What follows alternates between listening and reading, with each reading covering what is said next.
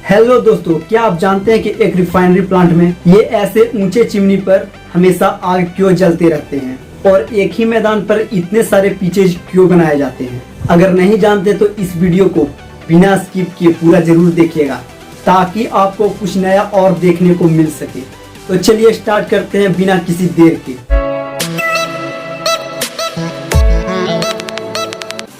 Fact number 5। आपने cricket match के दौरान देखा होगा कि मैदान पर 2 या उससे ज्यादा पिचेज बनी हुई रहती है। तो आपने कभी ये सोचा है कि ये एक्स्ट्रा पिचेज क्यों बनी हुई रहती है जबकि मैच एक ही पिच पर होना रहता है? तो अगर आप ये सोच रहे होंगे कि मैच के दौरान अगर पिच खराब हो गई तो इन सब पिचों को इमरजेंसी में यूज किया जा सकता है, तो ये आप बिल्कुल गलत सोच रहे हैं। दरअसल इनमें से हर एक पिच को अलग अलग मानकों के मुताबिक अलग अलग इस्तेमाल के लिए बनाया जाता है। जैसे कि नेट प्रैक्टिस के लिए एक अलग पिच होती है, घरेलू क्रिकेट के लिए एक अलग और इंटरनेशनल क्रिकेट के लिए एक अलग पिच का इस्तेमाल किया जाता है और इसलिए मैदान पर एक से ज़्यादा पिचेज बनाई जाती है। Fact number 4। आपने टीवी और इंटरनेट पर तो कई बार देखा होगा कि एक ऑयल रिफाइनरी प्लांट में एक ऊंची चिमनी लगी हुई रहती है और उसके ऊपर हमेशा आग जलती रहती है। लेकिन क्या कभी आपने ये सोचा है कि इस चिमनी को क्या कहते हैं और इसमें लगातार ये आग क्यों जलती रहती है? तो इस चिमनी को फ्लेयर कहते हैं और ये तेल और गैस रिफाइनरी प्लांट के सुरक्षा प्रणाली का एक बेहद जरूरी हिस्सा है। कच्चे तेल और गैस की रिफाइनरी में वैसे तो कुछ भी जाया नहीं होता है और हर बाय प्रोडक्ट को रिसाइकल करके यूज कर लिया जाता है।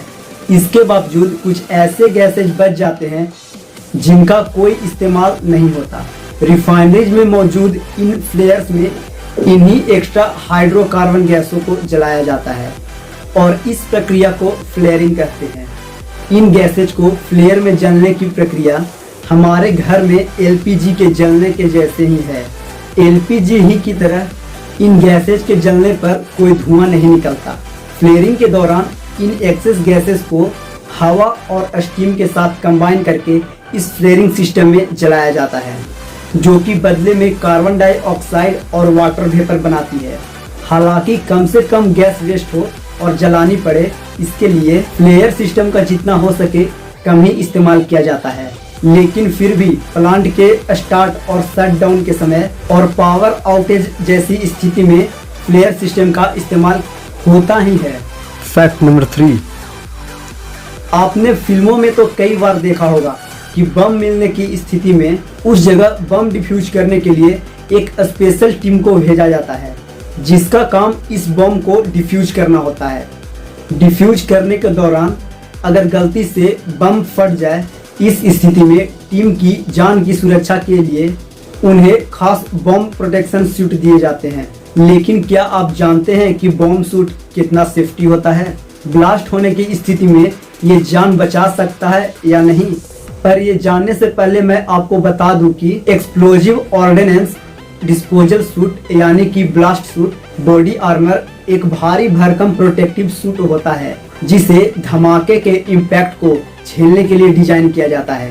बम सूट को फुल प्रूफ बनाने के लिए केवलर फोम और प्लास्टिक की कई परतों का इस्तेमाल किया जाता है। ये प्रोजेक्टाइल यानी कि विस्फोट से हवा में फैलने वाले मेटल पीसेस और स्टोन के पीसेस को डिफ्लेक्ट करता है और शरीर पर चोट लगने से भी बचाता है।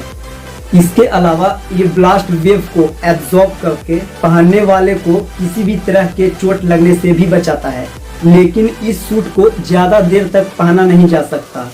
इस सूट से जनरेट होने वाली हीट बॉम्ब स्क्वाड के मेंबर को अनकंफर्टेबल कर देती है और यही कारण है कि 40 किलोग्राम के इस सूट को ज्यादा से ज्यादा सिर्फ 1 घंटे तक ही इस्तेमाल में लाया जा सकता है। Fact number 2।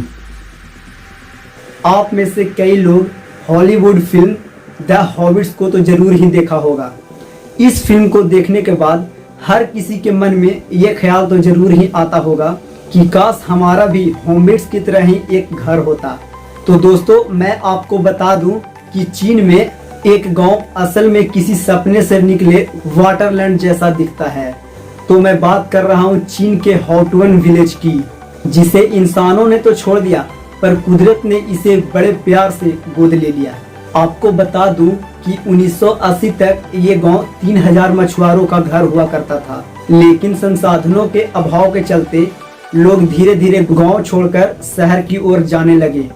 21वीं सदी आते आते लगभग ये गांव वीरान हो गया था।